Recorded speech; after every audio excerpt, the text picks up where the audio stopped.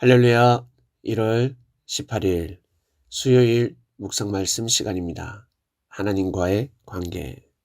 태초 때부터 우리 인간은 하나님과의 관계는 종급이 아니라 바로 아들급이었습니다. 그 증거가 무엇이겠습니까?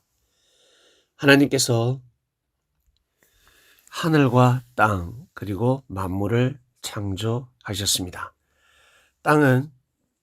땅에 있는 그 생물, 그리고 육축, 짐승, 종류대로 내라 하셨습니다.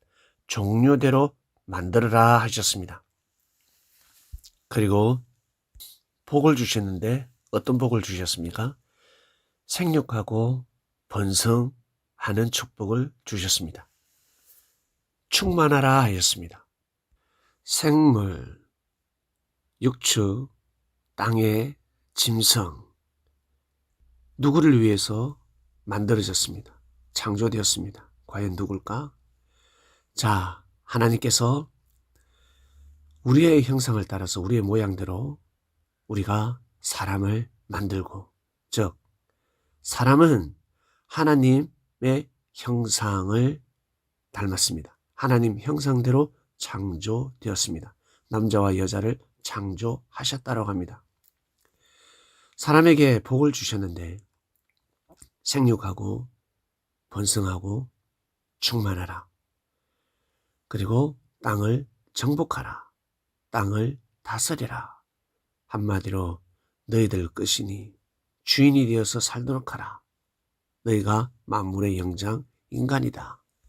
그리고 동물의 혼은 땅으로 내려가고 사람의 혼은 하늘로 올라가는 축복을 주셨습니다. 이야말로 어마어마한 축복이지 않겠습니까? 이 땅을 누구에게 주셨습니까? 사람에게 주신 것입니다. 한 개인이 능력이 많다. 못할 것이 무엇입니까?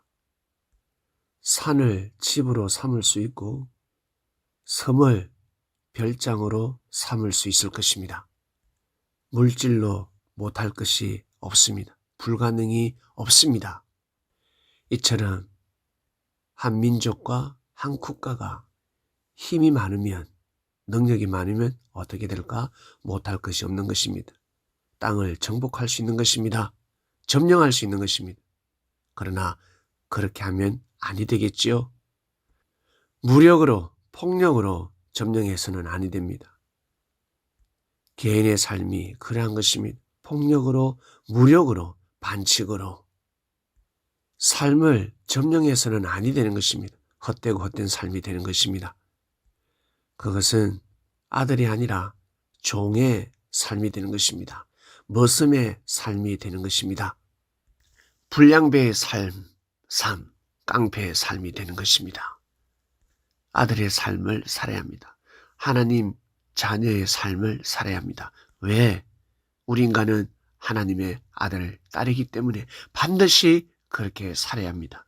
손해를 본다 할지라도 내가 마음을 잘 먹으면 절대 손해가 아닙니다.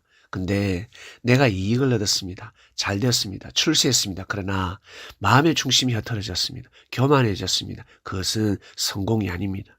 바로 실패가 되는 것입니다. 패배자가 되는 것입니다. 바로왕을 보시길 바랍니다. 애굽의 바로왕. 옛날 왕은 신이었습니다. 신은 어떻게 살아야 될까? 내가 신이다. 나는 신이다. 어떤 삶을 살아야 될까? 신처럼 살아야 되지 않겠습니까? 자기가 신이라면 신처럼 살아야죠. 하나님은 어떻게 살고 계십니까? 만물을 다 창조해 주셨습니다. 그리고 우리 인간들에게 주인이 되게 해주셨습니다. 자기가 신이라고 하는 자, 능력이 많기 때문에 신이라고 외치지 않겠습니까? 그러면 그 능력으로 모든 사람들이 다 살 수 있도록 만들어줘야 합니다. 도와줘야 합니다. 축복해줘야 됩니다. 그런데 그렇지 않지요. 신은 무슨 신? 고무신도 안 되죠. 그러면 귀신이 되는 것입니다. 애굽의 바로왕은 귀신이 되어버렸습니다. 바보 같은 놈. 모세가 하나님의 말씀을 듣고 정신이 번쩍 듭니다. 하나님이 뭐라 하셨습니까? 이스라엘 백성을, 이스라엘은 내 아들이다. 내 장자다. 바로에게 가서 고하라.